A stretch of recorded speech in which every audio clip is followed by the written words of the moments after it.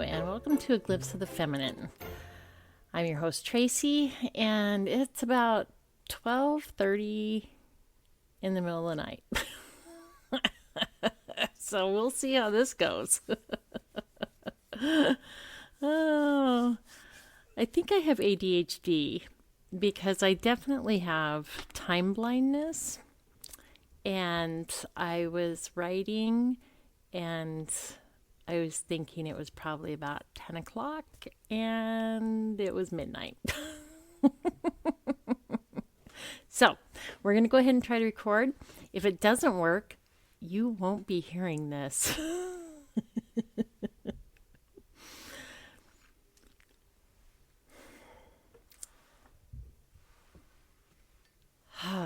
Okay, so here we go. Then Job answered, I have heard many things like these. You are all painful comforters. Will your long-winded speeches never end? What makes you keep on arguing? I also could speak as you do if you were in my place. I could make great speeches against you and shake my head at you. But instead, I would encourage you, and my words would bring you relief. Job 16, 1-5. From the New Century Version. I'm going to be going back and forth between the New Century and the ESV. So Job's lost everything.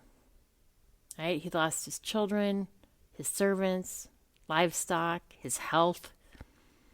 And he has 3 friends who come and sit with him.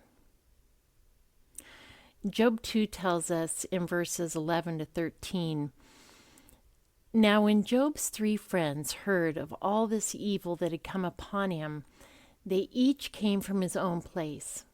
Eliphaz the Temanite, Bildad the Shuhite, and Zophar the Naamathite. They made an appointment together to come to show him sympathy and comfort him. And when they saw him from a distance, they did not recognize him. And they raised their voices and wept. And they tore their robes and sprinkled dust on their heads toward heaven. And they sat with him on the ground 7 days and 7 nights. And no one spoke a word to him, for they saw that his suffering was very great. What amazing friends. We often hear Job's friends derided, set up as examples of what not to do. And we'll get to that. But I just want to take a moment and let these verses sink in. They wept, they grieved, and they sat with him for 7 days and 7 nights in silence.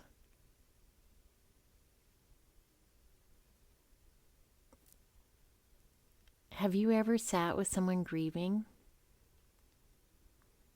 Have you just allowed for the silence? Do you have any idea what a gift silence is?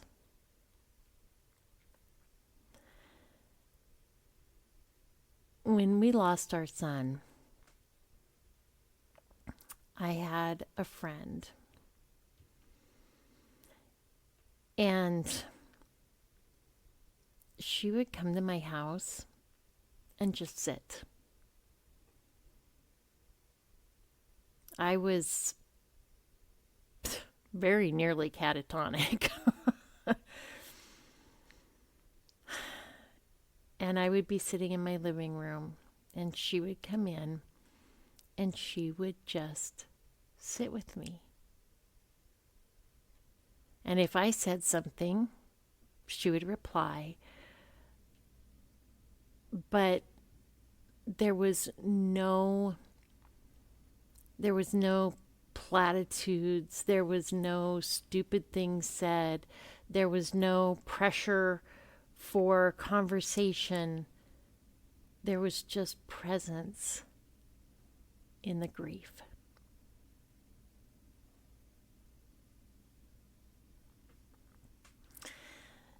There were many, many wonderful and loving things done for me and my family during that time, but I will never forget the gift of her presence without words.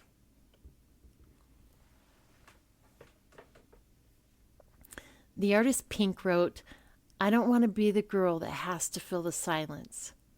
The quiet scares me because it screams the truth." That resonates. Silence weighs on us. It makes us uncomfortable. Silence accuses us. It points the finger and it says, "You don't know what to say. You can't fix this." And even though that's true, we fight against it. And to prove silence wrong, we speak. Heading back to Job, as we start in chapter 3, Job is the first to break the silence. Job curses the day he was born, and he wonders why he couldn't have died at birth. He laments, "Why is light given to those in misery? Why is life given to those who are so unhappy? They want to die, but death does not come. They search for death more than for hidden treasure. They are very happy when they get to the grave. They cannot see where they are going. God has hidden the road ahead. I make sad sounds as I eat. My groans pour out like water. Everything I feared and dreaded has happened to me. I have no peace or quietness. I have no rest, only trouble." Those are verses 20 to 26 from chapter 3. And with that, Job's friends can no longer remain quiet. I mean, it's one thing to keep quiet when the person suffering isn't saying anything, but once they start talking, you have to correct them or remind them about the faithfulness of God. Right? Right? And here is where we fall in step with Job's friends. Some of the things they say are accurate according to what they believed. But there were also assumptions made based on those beliefs, and those assumptions caused them to misspeak of God. They don't necessarily misspeak of Job. They want to remind him that he isn't above trials and hardships, and they answer every complaint or justification of himself that Job makes. And just as an aside, I want to say it can be hard to read Job and not be like, this man is a whiner. But let's remember everything he's lost. So here's the thing. Here's what most sermons won't say.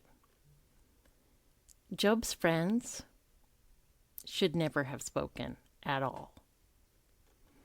Other than I am so deeply sorry for all of this. And how can I help? They should have just kept their mouths shut. Even if every word they spoke was gospel truth, it was not the time. When someone is in deep grief, and he had just lost all 7 of his children, all of them, and his livestock and his servants, and then his health. So he was in deep, deep grief. They just needed understanding, grace, and love.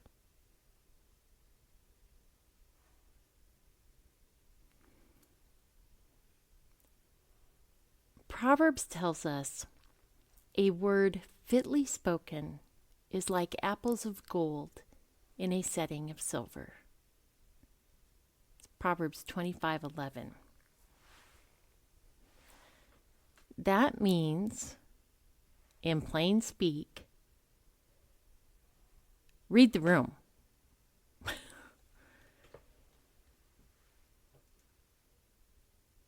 It's not always the time or the place. We let our discomfort run our mouths. And in the process, we hurt those who are already hurting. A baby is miscarried or stillborn. We tell the mother, well, you can always have another. Someone loses their life, and we tell the family, well, they're in a better place.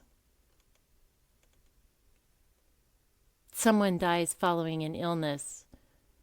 We say, well, at least they aren't suffering anymore. A mother grieves the natural birth she didn't get following a C-section. And we say, the baby's healthy. That's what's important. A parent loses a child, and you hear someone say, oh, I just lost my dad. I know how you feel. A wife loses her husband and the children their father, and someone will say, well, God is a father to the fatherless. Or the cherry on top, when we lost our son at birth, we received a card from a couple who had spent time as an interim pastor at our church. And they had an adult daughter who had cut them out of her life. And in the card, the wife wrote that she knew just how we felt. No. Your daughter is still living. You actually have no idea how I feel. Not belittling her grief to that situation, but it is not the same. Or how about this one? This one gets extra points because it's biblical. Somebody's going through something, and a good church-going person will say, well, all things work together for the good of those who are called according to his purpose. Let me just say, if you are tempted to say this to someone who is suffering, don't. You are reducing Scripture to a platitude and, in the process, deeply injuring an already hurting person. Or how about the old perennial, God won't give you more than you can handle? Just stop. Please, for the love of all that is good and holy, quit telling people that. For one thing, it's a bald-faced lie. And you won't find it in Scripture anywhere because it's a bald-faced lie. What sort of arrogance allows you to believe that you can handle breathing without his enabling power? Like, quit telling people that.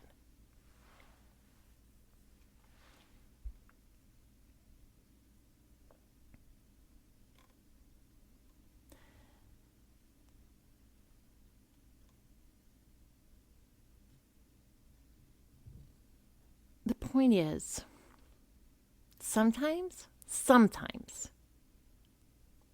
of these things we say might be true. Sometimes they're just not. When you tell a mother that she can always have another, that may not be true. You don't have a crystal ball that tells you if she's going to have more children or not. So sometimes these things are blatant lies, but they're always hurtful. When we say these things, even if we are well-meaning, and I always try to assume people are well-meaning, we're minimizing the pain that people are walking through. Now, other than the incident with the card, I was able to hear some of the asinine things people said and hear the good intention behind it. Because I knew how the things I said or the way I behaved when somebody had lost a small child or a baby before I had. I didn't know how to deal with it. And so I get it. When we don't know, sometimes we just blabber and we say stupid stuff. But some people can't hear the good intention. Certainly not when they're grieving. And you know what? They shouldn't have to.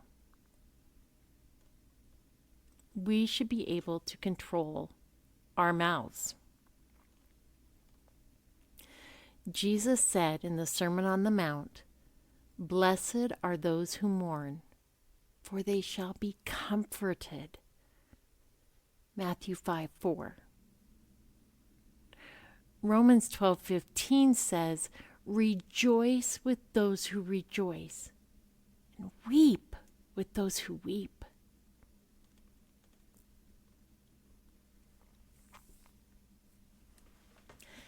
I had the opportunity a few years ago to go to a first responder chaplain training. I went to our church board to ask if they would cover the tuition because I saw this as an opportunity to minister within our community, since our police and EMS have to borrow a chaplain from a nearby agency if there's a need.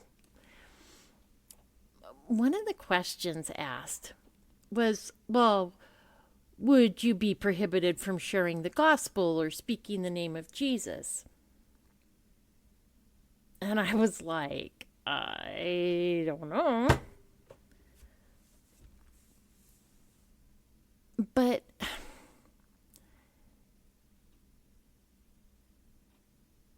that misses the mark. When someone has been traumatized by a fire or an accident or a violent crime, people don't need to hear about Jesus in that moment. They need to see Jesus.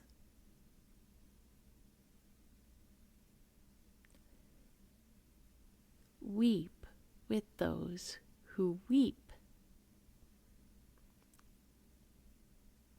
They need to feel the empathy and the grace and the love that will support and uphold them as they navigate the trauma they are experiencing.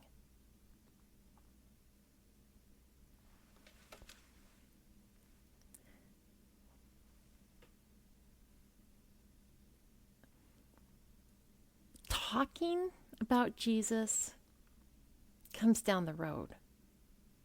Maybe.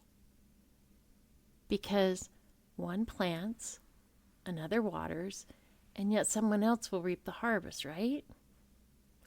Maybe just showing up and being that quiet support, that empathetic witness, maybe that creates a softness or an opening for someone else down the road.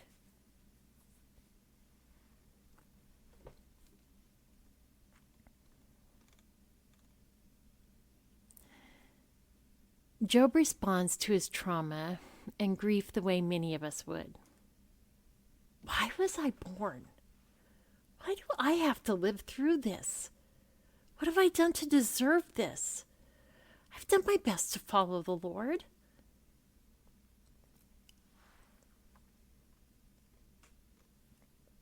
And instead of letting his grief roll over them, instead of just continuing to weep with him or say a simple, I don't know, man.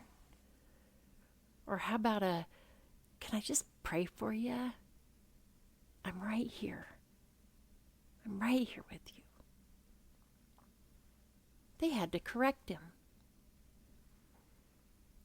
They had to remind him who God is, even though they got it wrong. And they fell into the trap that so many of us do. They felt the need to impress with how wise they were. I mean, come on. Between Job and his friends, they go on for 35 chapters.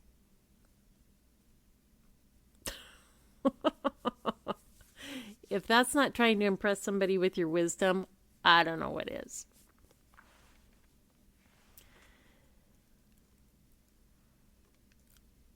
So I've told this story before, but when my last kid to graduated, I was sharing with some women from the church how thankful I was that he had teachers that would invest in him and mentor him and teach him things, because it's hard. It's hard for any kid, but it's hard for a boy when they're trying to learn things, they're trying to figure things out. They don't have a dad to teach them. And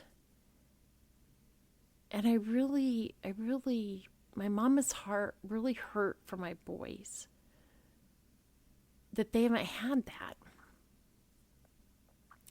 And I was so thankful for the male teachers that they had that didn't look at them as a project, but just because they're great kids, come alongside and teach and mentor.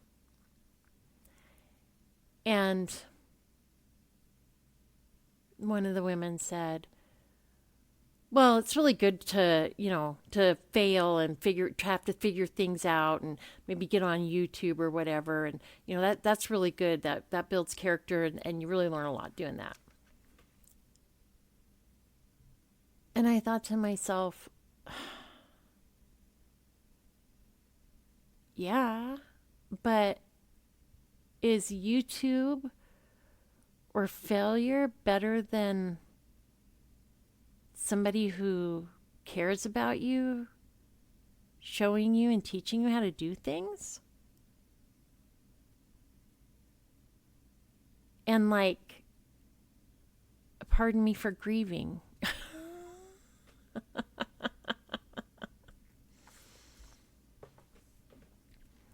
Later, I was talking with the wife of the man who was our interim pastor at the time.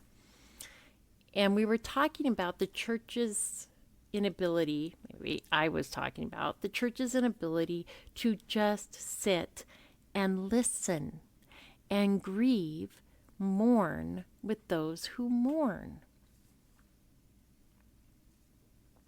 And I'm relaying this story.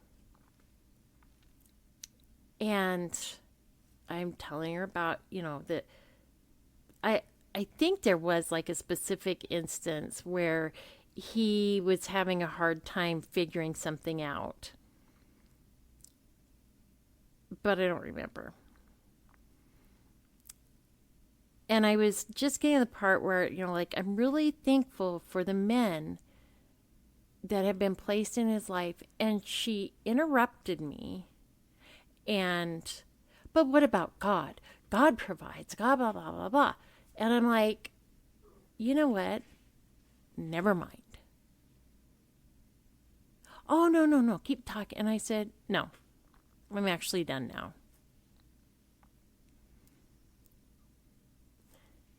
And I thought to myself, she couldn't even sit and listen to my story of Christians being unable to sit and listen and mourn with those who mourn.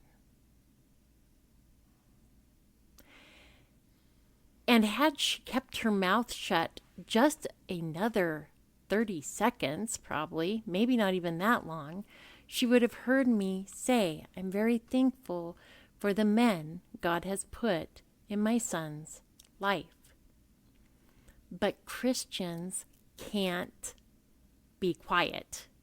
They cannot sit and mourn. They cannot listen to somebody grieve.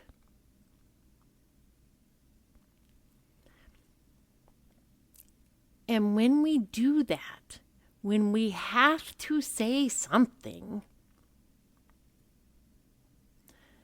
we're not only minimizing someone else's experience, grief or trauma, but what we're communicating to that person is that our discomfort is far more important to us than their grief.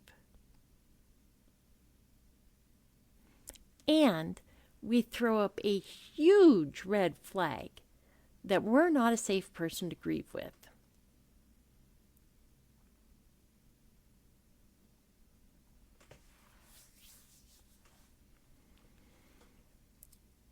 And maybe you don't understand why that person is grieving over that particular experience. It doesn't matter. You don't have to understand to be kind. You don't have to understand to give comfort. You don't have to understand to weep with those who weep. Just do it.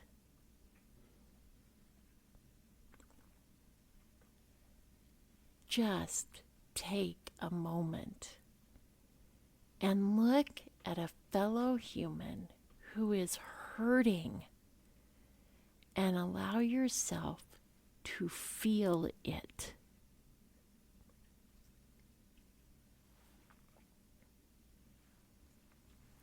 Maybe at some point there will be an opportunity to say a fitly spoken word. But maybe not. And that's okay too.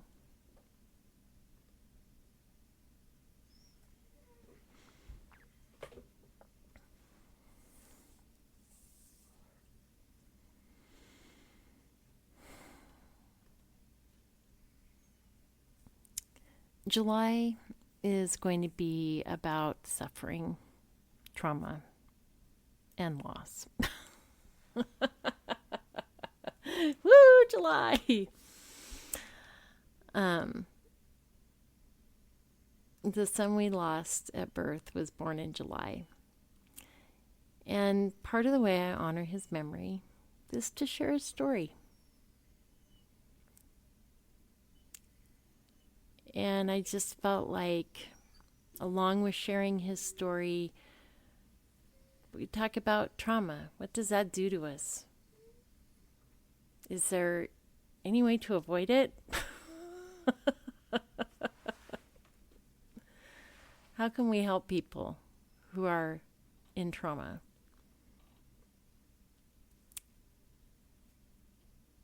And what about suffering? Talked about it a little bit last week. Talked about it a little bit today. Some of these things may kind of get talked about in different ways from different perspectives through this month. So just a heads up. I am going to do my best to keep track on this month. My oldest son and his family will be out for a visit. Yay! Get to see the grandbabies. They're not really babies anymore, but still get to see them. So I may miss a week, but I am going to do my best to try to get an episode ahead recorded so that we're releasing on track. I don't like not being on schedule, and especially since I took some time off once I started my job, I really don't want to do that. So I am going to do my best to make sure that we're releasing on schedule. But if we don't, that's why it's my kids' fault. Not really. Oh, only get to see them about once a year. If we get to see them more than once a year, it's usually because somebody's died. So I do want to make the most of the time we have with them. And just a quick reminder that we sure appreciate your help in spreading the word about the podcast. Tell your friends. Like, share, follow, subscribe, and that helps us in the algorithms. Last week's episode hasn't really been listened to very much, at least on YouTube, so go and take a listen. I thought it was pretty good. I think they're all pretty good.